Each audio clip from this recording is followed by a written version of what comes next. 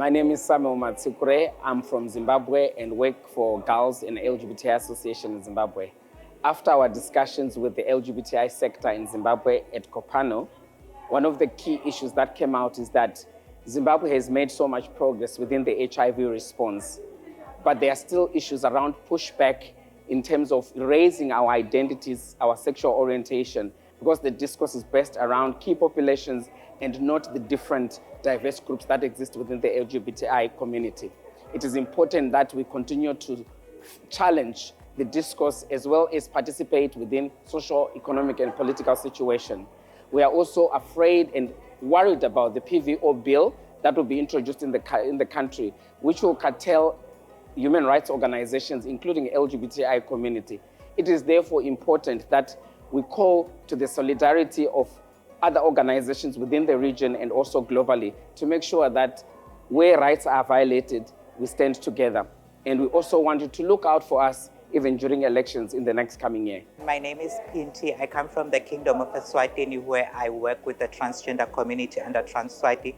But as the country Eswatini, after the discussion at KOPANO representing the LGBTI community, we discovered that we are moving towards the consortium, which is a bigger body of the LGBTI community, where we want to work in solidarity because for quite some time we've worked in silos and we have lost so much in activism. The legislation of the country needs to be put into place, which has caused our losses as a community. And we also need to go back and start consulting with the community and feeding into the community that we work with.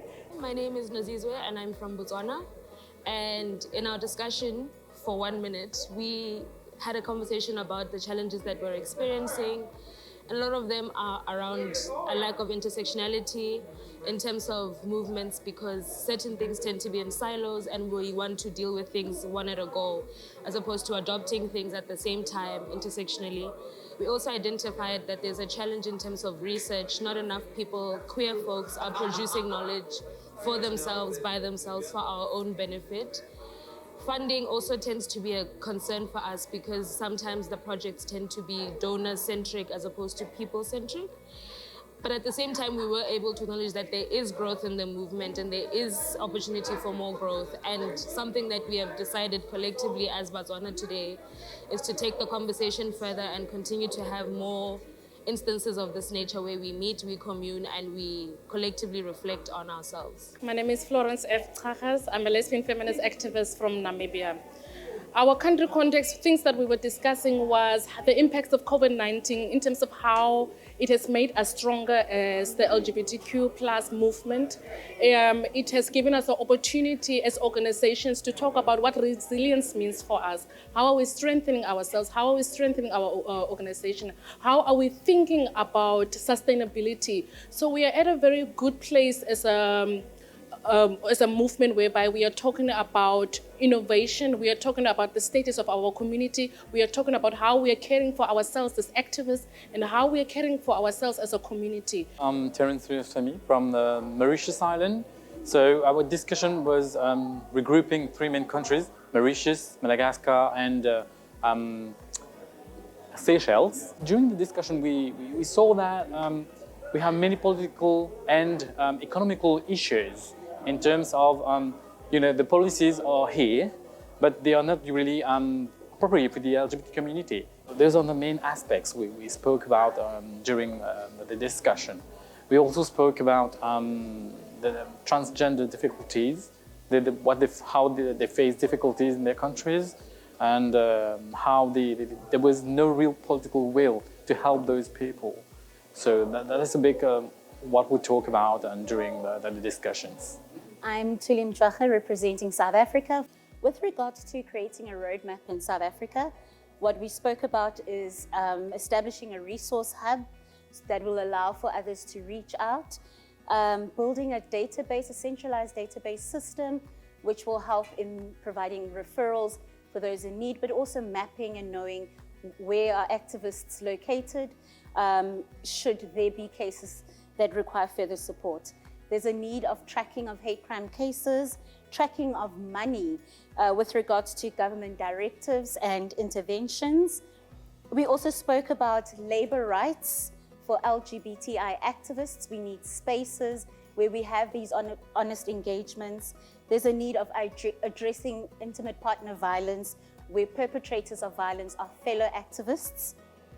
We spoke about visible collaboration in relation to the full decriminalization of sex work, and also internal politics about how we position ourselves that lead to working in silos. So for an example could be in the case where Prof. Mfakeng made a statement or created a platform where there was engagement.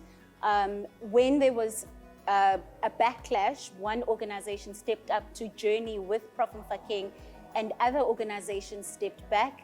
And then this was interpreted as if we do not support the organization's stance in creating and helping Prof. Mfakeng in redefining what is allyship. So there's a need for a collaborative voice in pushing for inclusivity in society, even if we have different opinions on certain matters. So there's a need to collaborate better. My name is Tata Tinyani, here representing Lesotho.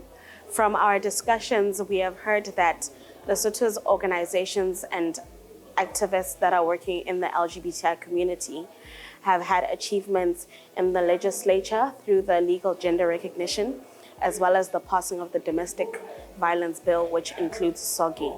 More than that, after the COVID-19 pandemic, we have seen that HIV programming has successfully integrated to virtual programming, as well as they have developed an SRHR scorecard, which is being used in programming as well.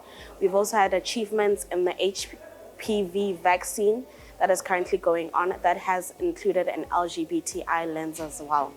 In the community right now in Lesotho, we are working towards income generation activities to help decentralize our movements into the other districts, and these income generation activities give an autonomous sustainability to those communities so they can sustain themselves and do programs in the districts. There is good news that from this convening, organizations and our activists from Lesotho have decided to come together and collaborate in the form of a forum or a network so as to solidify the LGBTI movement in the country so we can collaborate on work and do the work that needs to be done. Eu sou David Kanga, sou de Angola. Alguns dos pontos que nós encontramos nas discussões que nós tivemos com o meu grupo foram os desafios que nós encontramos no seio da comunidade LGBT na fase do confinamento por causa da Covid-19.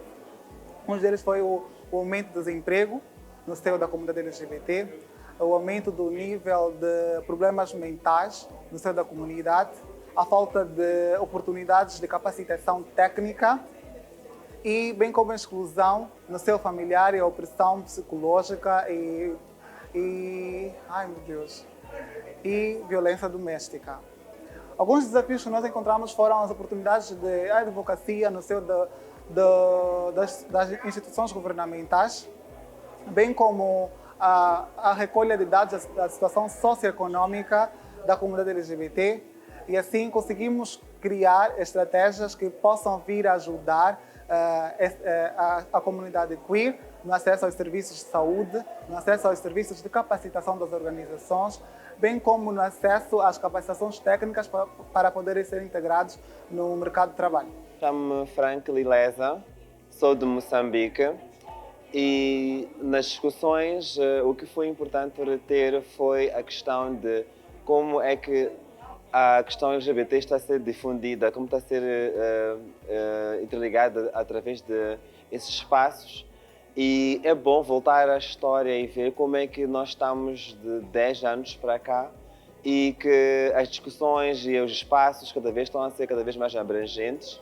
Temos muitos outros assuntos a ver com a comunidade LGBT a nível da África regional, mas a ideia de estar aqui e pôr todos estes planos e todas as questões, esses planos acelerados, é uma vantagem e também incluir outras diversidades a nível da África Austral. Tem sido uma experiência muito boa. Espero que daqui a alguns 3, 4 dias que vamos ter, consigamos desde todo o contexto, problemas que enfrentamos, até a possíveis soluções, tenhamos um plano estratégico muito bem explorado e analisado e avançado.